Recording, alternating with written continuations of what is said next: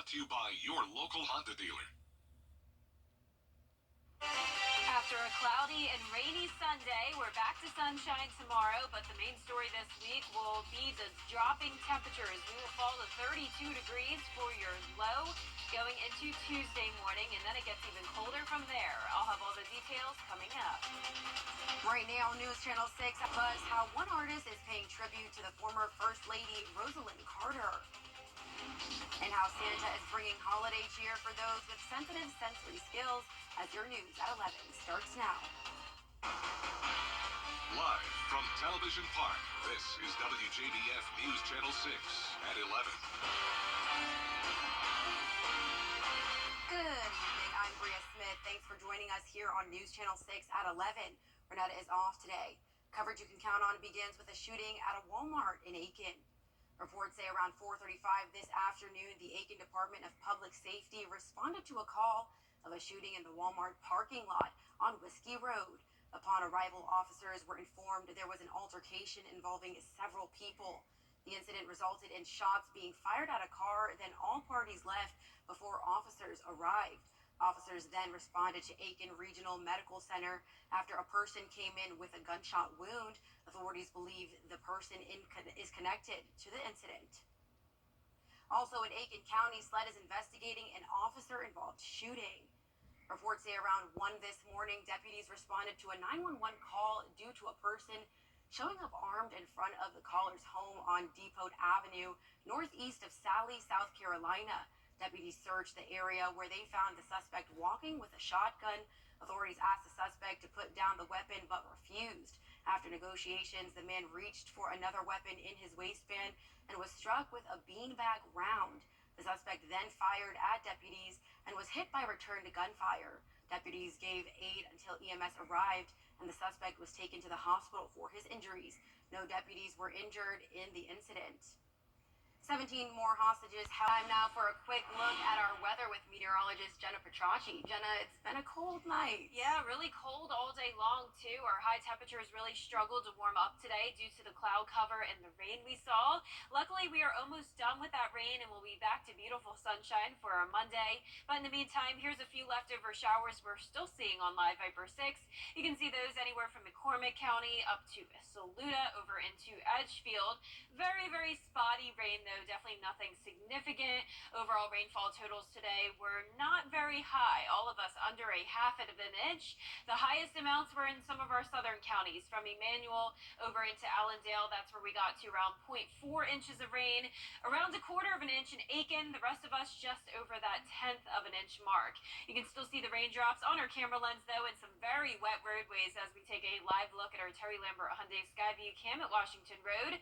As I mentioned, it was a cold day all day long. High temperature of only 45 degrees. That puts us over 20 degrees below average for this time of the year. Also a cold start to the day at 36.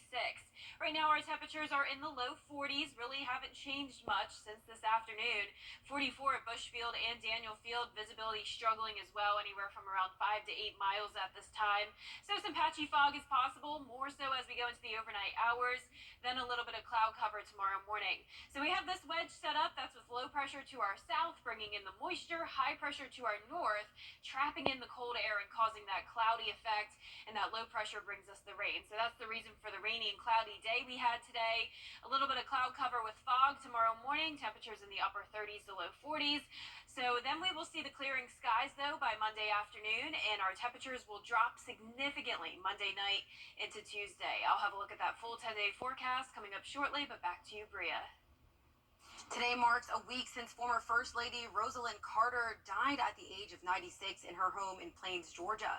But one artist is paying tribute to the Carters in a very unique way. Atlanta Bureau Chief Archith Seshadri reports.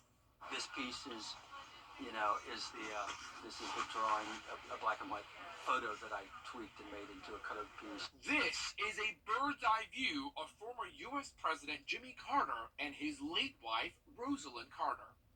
We had talked about doing a portrait of the Carters, or of Rosalind last year, and it didn't work out, and then we re-engaged this year 6 weeks ago. We are so amazed to just get to be a part of that history, bringing attention to people that we believe are the folks that we Americans ought to look up to, that the world ought to look up to.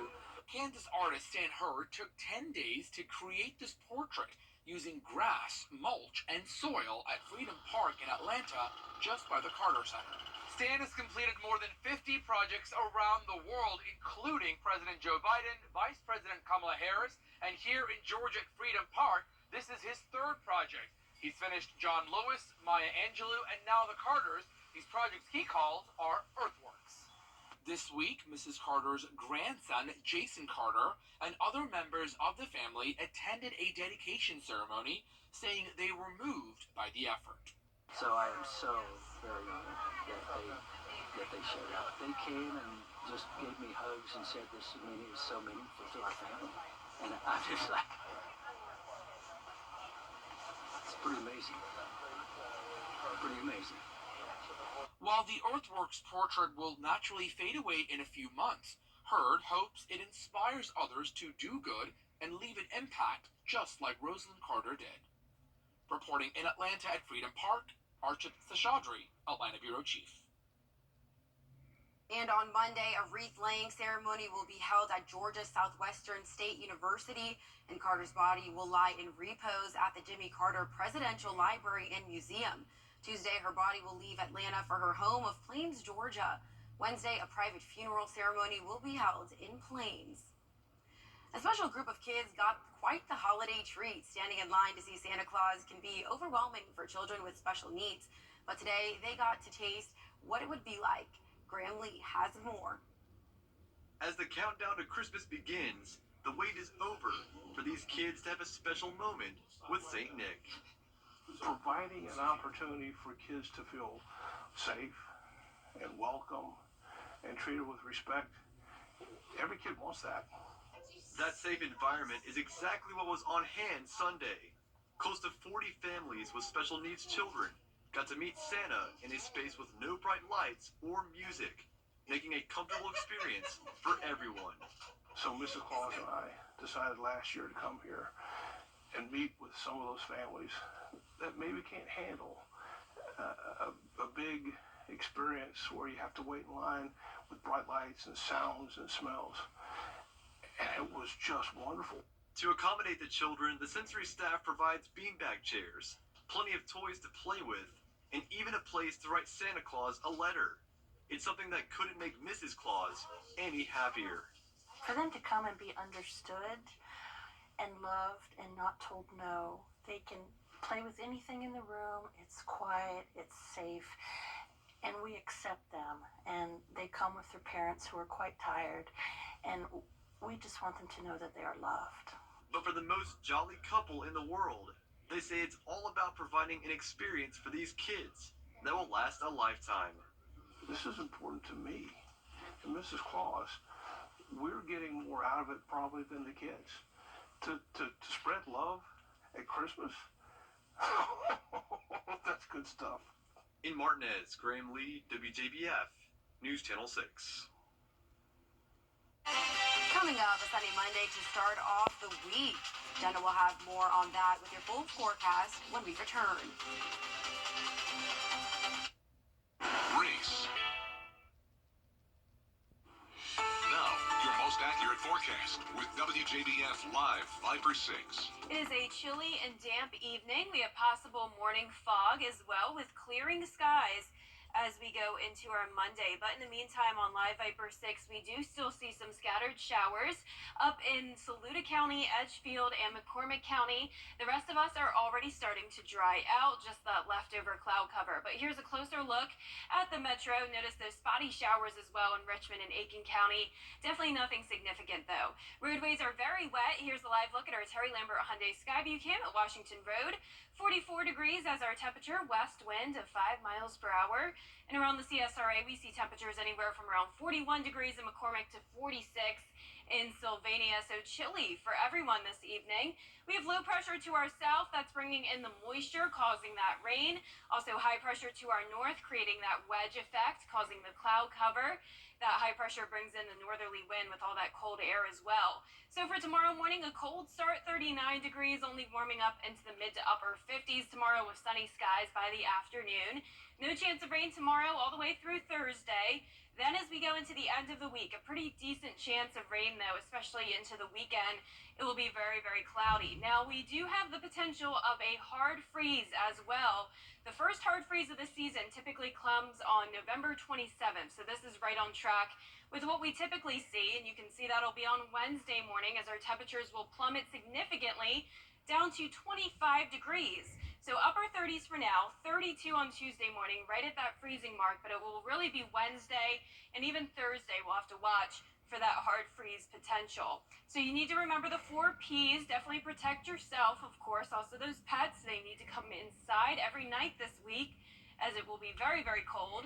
Also bring in any potted plants that you can, and also remember to protect your pipes.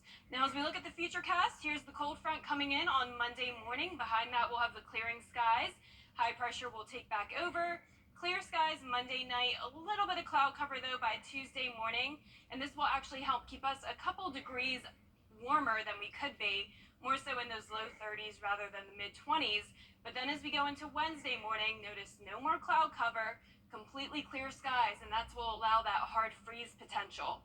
Now our lows tonight will be anywhere from the upper 30s to low 40s. Highs tomorrow will be in the mid to upper 50s. And over the next 10 days, we are going to see the cool temperatures. We're also going to see a lot of sunshine as we go all the way through Thursday. Back to overcast skies Friday through Sunday. Scattered shower potential, and temperatures will warm up into the upper 60s over the weekend as well. No doubt it's been both cold. Jenna, Yep. Coming up, we are celebrating the 70th anniversary of WJBF. We'll take a look at the historic beginnings of the station after the break. People with this. The Live 5 for 6 mobile app. Download it today. The WJBF Live Viper 6 Skyview Network is sponsored by Terry Lambert Hyundai. Low prices, big selection, and committed to quality customer service. WJBF is celebrating a huge milestone, 70 years on air. On November 26, 1953, Thanksgiving Day, WJBF signed on for the very first time. For 7 decades, we've brought you the area's most accurate news and quality programming. Kim Vickers has more on our station's history. Television grew much more rapidly than most of us thought it would. John Brooks Elam Jr., or JB, was born in Virginia in 1918. He was raised on a tobacco farm by his maternal grandparents, who changed his last name to Fuqua. Mr. Fuqua was known to be a serious man, but Nelson Danish, who worked for WJBF for 30 years, says he had a wicked sense of humor, too. He kept going to all these meetings with all these executives, and they said, oh, let me show you pictures of my pride and joy, meaning, of course, family, grandchildren, whatever. So he asked me to do something, and I did. Take a picture of Pride furniture polish and Joy dish detergent. He says, let me show you my pride and joy. Danish says Mr. Fuqua got his start in radio. Eventually, he moved to Augusta and started WGAC Radio, then later WJBF Radio, which he named after himself. And at one time, I think he was considered the youngest radio engineer in the entire country. In 1950, Mr. Fuqua decided it was time to bring a TV station to Augusta.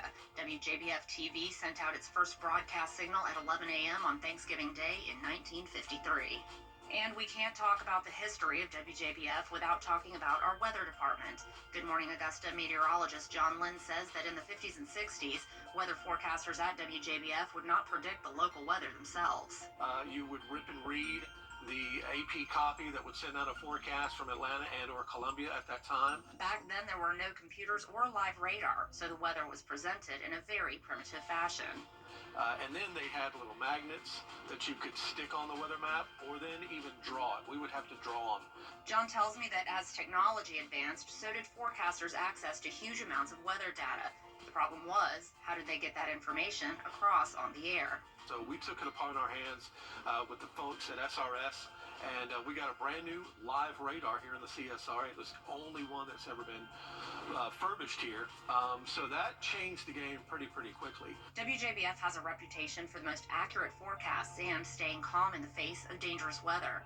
Our former chief meteorologist, George Myers, helped build that reputation. And George Myers is a legend, not only here, but also in the broadcast industry and in the weather industry. Tim Miller replaced George when he retired nearly 4 years ago. He was an icon himself in Columbia, and he knew it would be hard, but he looked forward to the challenge. I figured what an opportunity that is to become chief and to be able to mold and guide a weather team and to be able to train young meteorologists. A big part of the reason WJBF is the #1 station in our market is our community outreach programs like Giving Your Best, Your Hometown, and Golden Apple. Pete Mitchenfelder was at WJBF when many of them started and says it's important to take notice of people doing great things in our community. Take a look at Scholar Athlete Award. Here was an opportunity to promote and highlight exceptional high school students in our coverage area. Dee Griffin does Women to Watch. She says these programs are one reason why people love WJBF so much. WJBF has always been steeped in the community. That was the expectation, and no one had to force you to do it because you came on board and you saw it. So, after 70 years, what's our legacy? Community. Being the place to come for information in the community, keeping the community informed. Coming up, head coach Kirby Smart talks about Georgia's big win, and the Atlanta Falcons look for a victory over the New Orleans Saints in Week 12 of the NFL. Here, Goldstein has sports next. Your accent was called 5-day sale now at BrandSmart USA. Now, WJBF sports coverage you can count on. It was another very exciting week in the NFL as the Atlanta Falcons hosted the New Orleans Saints inside Mercedes-Benz Stadium. First quarter, Saints lead 3-0. Derek Carr sends it towards Rashid Shaheed, but the ball is picked off by Jesse Bates III, who runs it down the field and dances his way on into the end zone. 92 yards. That's the Falcons' first pick six this season as Atlanta takes the lead 7-3. Second quarter, on 2nd and 6, Bijan Robinson gets the handoff and dodges defenders to score the TD. That's Robinson's first time scoring in back-to-back games in his career, and the Falcons extend their lead to 8. Then in the third, Falcons lead by 2. Taysom Hill takes it and runs up the middle, but the ball comes loose. Falcons recover the fumble. Jesse Bates actually punches the ball out of Hill's hands. What a play by the Falcons. And in the fourth, 1st and 10, Desmond Ridder goes deep to Robinson, who makes the catch and scores the TD, becoming only the second rookie in Falcons history with a rushing and receiving touchdown in the same game. Atlanta goes on to win 24-15, and they'll look ahead to next week in New York against the Jets. Over in Nashville, the Carolina Panthers visited the Tennessee Titans for a rookie QB matchup between Will Levis and Bryce Young. Second quarter, Panthers trail 7-3. 1st and 15 for Carolina. Bryce Young looking for a target. Arden Key coming around from behind, gets the strip sack. The ball is recovered by Tennessee's Jeffrey Simmons. Titans take over at the Panthers 15. At halftime, the Titans led 17-3, but in the second half, Panthers going for it on 4th and 2. Chuba Hubbard runs the ball up the middle for a 5-yard TD, and Carolina trails 17-10. Now, despite the defense holding the Titans scoreless in the second half, it wouldn't be enough as Tennessee gets the victory. So next week, Carolina will visit Tampa Bay to take on the Buccaneers. Well, in the NCAA, it was rivalry week, and there were some incredible matchups across the league, but Georgia set a new record with their victory over Georgia Tech, earning their 29th win in a row, the longest streak in SEC history. The Bulldogs got the big win 31-23 on the road, and Carson Beck threw for 175 yards and a touchdown. Head coach Kirby Smart said he's so proud of the fight that he saw from his team during what he called one of the most different weeks in college football. But once again, our kids show up very resilient, tough. I mean, this game is not measured by stats and rushing yards and first downs. It's measured by heart. And you got to have a whole lot of heart to go out there and fight and play like our guys have done week after week after week. I mean, you see across the country in these rivalry games what happens. And I know better than anybody that it can go either way in these type games. Very emotional, very different week in terms of Thanksgiving and everything going on. But I thought our offense played with a lot of consistency. We were able to run the ball really well and really physical up front. And the line of scrimmage won the game for us. Next up for the Bulldogs is the SEC Championship game on December 2nd against the Alabama Crimson Tide. And finally, after a huge win over the Wizards on Saturday, the Atlanta Hawks look to keep it going against the Celtics on Sunday night. But despite a team-high 33 points from Trae Young, the Celtics got the win 113-103. The Hawks will now head to Cleveland to take on the Cavs on Tuesday. That does it for sports. Bria, we'll send it over back to you. Coming up, a twist on the traditional gingerbread house. We have those details after the break. Don't snooze on Ash. If you don't like sweet, but you like savory, this might be a better option for you. Meet the Charcuterie Chalet. It's like a gingerbread house, but has a wall of flatbread pretzels for windows and salami as shingles. And instead of frosting, there's spreadable cheese. The snow is actually Parmesan cheese. Add some dried fruit and herbs for the perfect finishing touch. You can try to build your own or find a kit like this one online for $80. I'd probably finish the snacks before we get to the gingerbread house. Yeah, I know, right? Yeah, that sounds so good because gingerbread, I feel like no one really likes that. Yeah. I like it well enough, but this hits different. Oh yeah, and than you're that, so for right. sure. You'd be snacking as The you're building cheese, it, the and then salami, run out of your flatbread. shingle salami and all that. salami. For weather this week, we are going to see a lot of sunshine. Temperatures will be cool in the afternoons, but the main story is definitely those low temperatures. We'll be at 32 for Tuesday morning, 25 for Wednesday morning. That could potentially be a hard freeze, so that is definitely something to keep in mind. As we go into the end of the week, temperatures will warm up, but rain chances also go up. Scattered showers in the forecast with cloudy skies Friday through Sunday. That's our report for now. Thanks for watching. Be sure to join the morning team for Good Morning Augusta. Have a good night. Definitely looking forward to it.